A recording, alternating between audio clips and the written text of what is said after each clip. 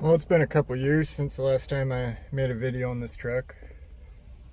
I've done quite a bit to it since then, so I figure I'd go over it.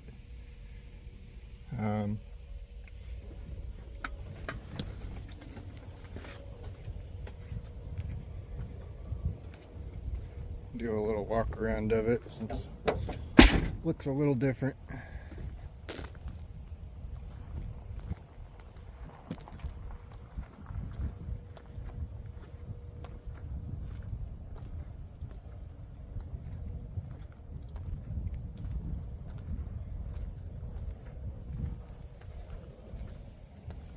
Still need to paint the tailgate. I will eventually. But I painted the rest of the truck, believe it or not, with Rust-Oleum spray paint.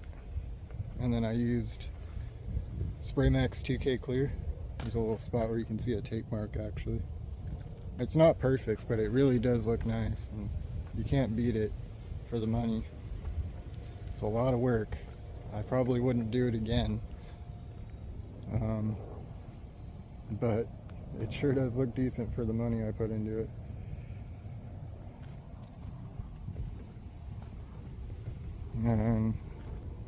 Last time I showed this truck, this was a little messier looking, but kind of the same concept.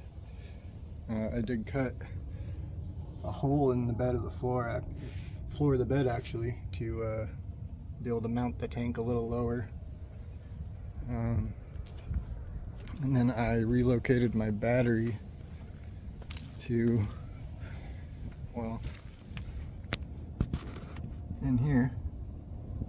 I'll probably build a cover for it eventually so it's not getting crap thrown all over it. I try not to drive this truck in the rain, but there's only so much you can do living in the Pacific Northwest.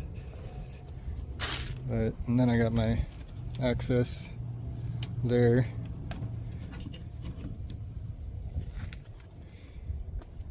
And I've since put the spoiler on. I built that myself.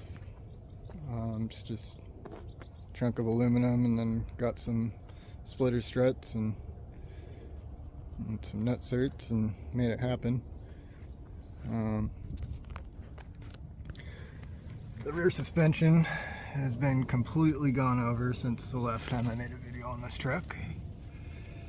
It has the Beltec 3-inch lowering springs, 59 to 54, with Speedway sliders. And then I went ahead and built myself a custom adjustable torque arm. And I actually built this out of some 1/4-inch plate welded to the axle for the brackets. And then the link bars are actually tractor top links, and they've held up great. The cross member was actually a hitch off an old Jeep XJ. Just welded and cut and made it happen. Put a drive shaft loop in since I got the gas tank literally right there, but I don't think it'll ever be a problem, even worst case scenario. The exhaust, I did all this exhaust myself. It is 2.5 inch all the way through still, but it's a lot more legit looking now. It's got the X pipe still equal length.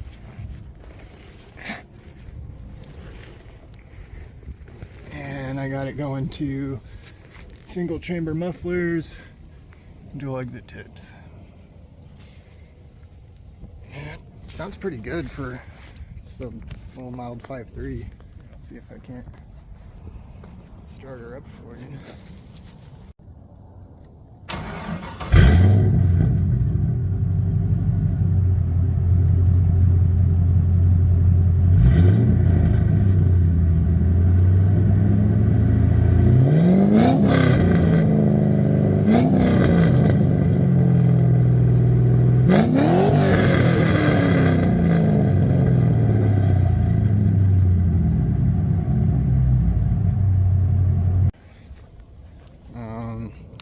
done a whole lot with the interior. I put some carpet in it.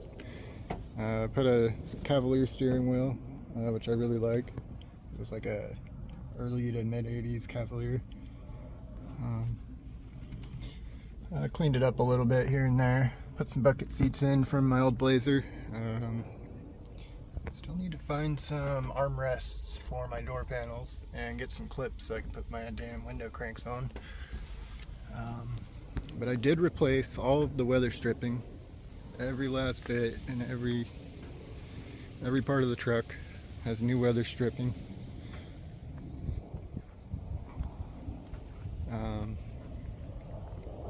Brand new windshield. It's the only thing I didn't install on this truck, do myself, was the windshield and mounting the tires. Everything else I've done myself.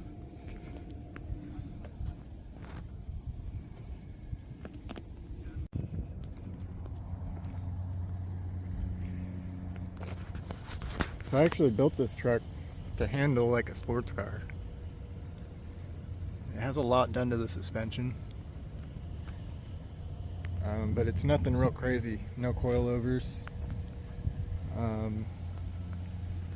It does have, you know, adjustable upper control arms with 1-inch taller ball joints. Has 2-inch drop spindles. Jeep Grand Cherokee 12.7:1 steering box, same as the ZQ8, Monte Carlo SS, etc. But this steering box actually gives you a little more angle than those boxes do.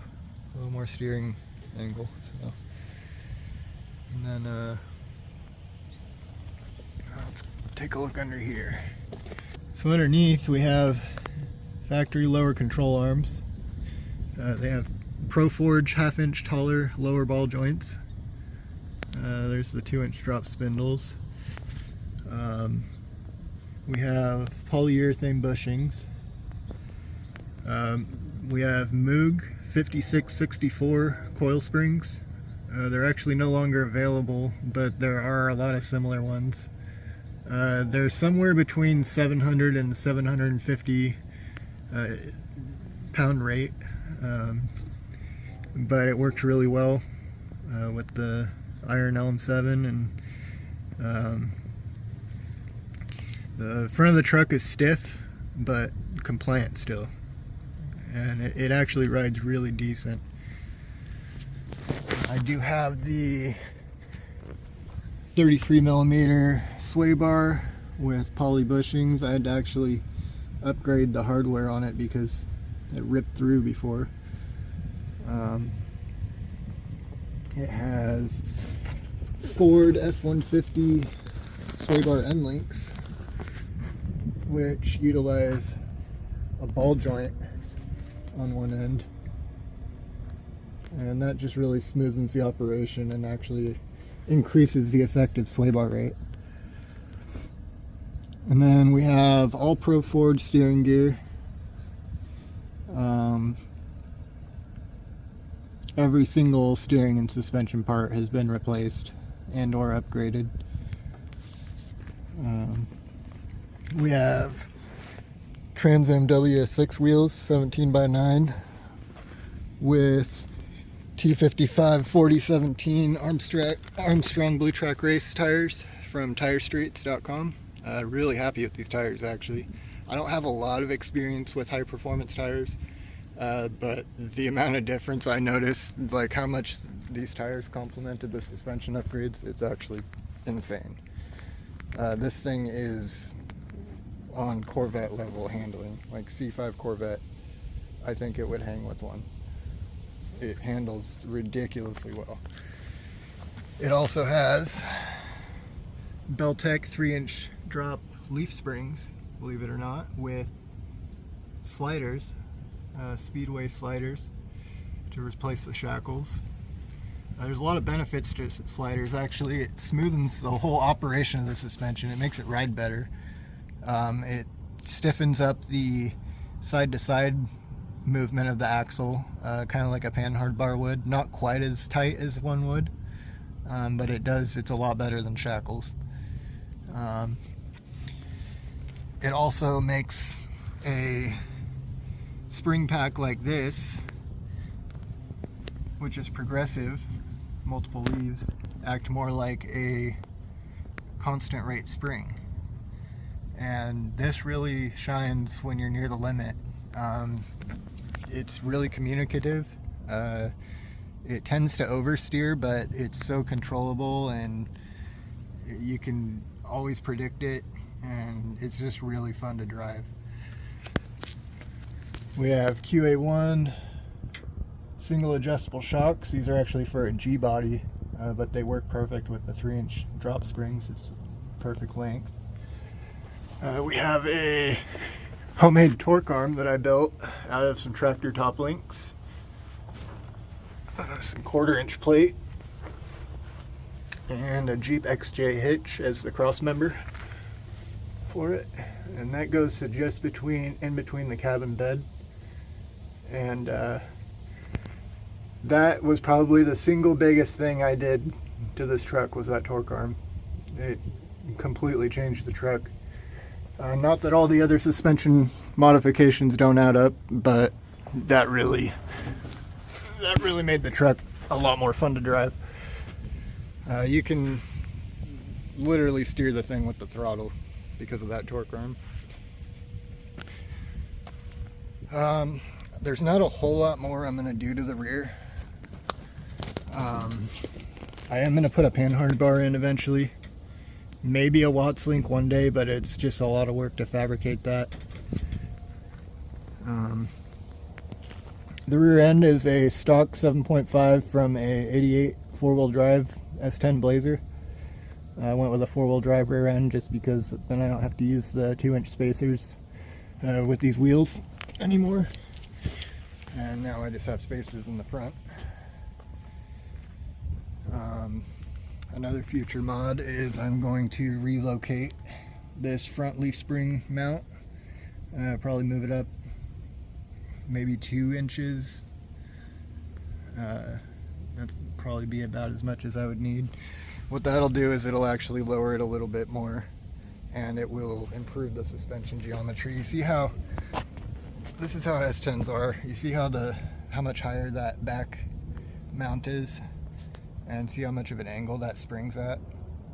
It would be so much better for forward bite, and honestly even the ride quality and in corners if that spring was a little more leveled out.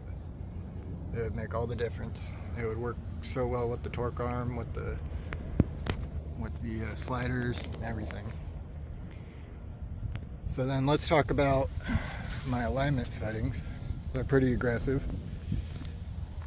It could not be, probably couldn't get 9 degrees of caster, positive caster, without these adjustable control arms, and I still had to use some shims a little bit to achieve that. These trucks like a lot of caster. It makes a huge difference in how stable they feel at speed, turn in. It causes dynamic camber. See how much camber there is with that wheel turn like that? So when you're in a corner, it keeps that tire flat, but then when you're going straight, it's not over wearing the inside of it or anything.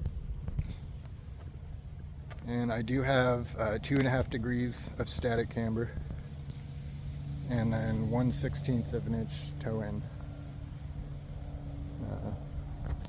Truck drives really, really, really well. This is a great budget formula to make one of these trucks. Honestly, it would be competitive at any autocross. It would be a hoot at a track day type of event. I do plan on doing that kind of thing with it. But it's a street truck, and it's meant to be multi-purpose. I wanted it to handle well, wanted it to be quick, be fun to drive. I think it'd probably bust out like a 13 1/4 easily. It's just a fun little go-kart truck.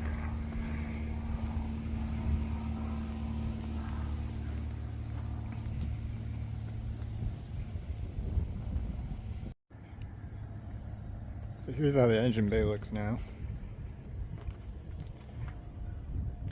Kind of cleaned it up the best I could without going too crazy.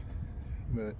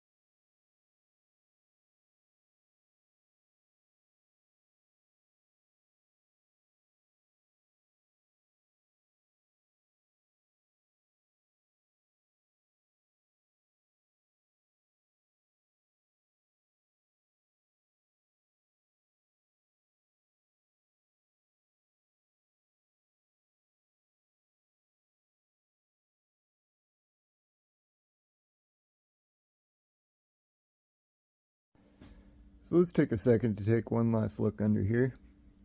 As mentioned in my previous video on this truck, it has an MV3500 5-speed manual transmission from a 4.3 S10, and it's bolted up to this 5.3, and it's been a champ despite having well over 250,000 on it. And these transmissions are durable, but are as much a truck transmission as you can imagine. Clunky, slow shifting, you gotta use a little muscle. They have odd gear ratios and short first gears. I don't mind it too much though. It beats an auto for fun factor any day, and it helps retain some rugged truck-like character. And then for the last part of this video, I want to try to motivate and maybe inspire others to do something like this themselves. I'll be honest, this is not a cheap project, but definitely a budget one. It's probably also the single best way to advance your own skills, especially if you'd like to find yourself in the industry one day. That's priceless. And you don't even necessarily need a garage to do a project like this. I built this whole truck in this covered parking space while living in an apartment and delivering pizzas for a living. I was able to use my dad's garage for the engine swap, which I'm grateful for, but pretty much everything else was done bit by bit over just a few years right here. If you have a garage space of some sort, even better, but this can absolutely be done. The question is, how bad do you want it? I wanted it bad. I humbly brag to you about my creation because more people need to put themselves through experiences which challenge them and bring them growth. I learned a lot about myself through this project, and maybe more importantly, gained a lot of confidence and respect for myself and my own resolve.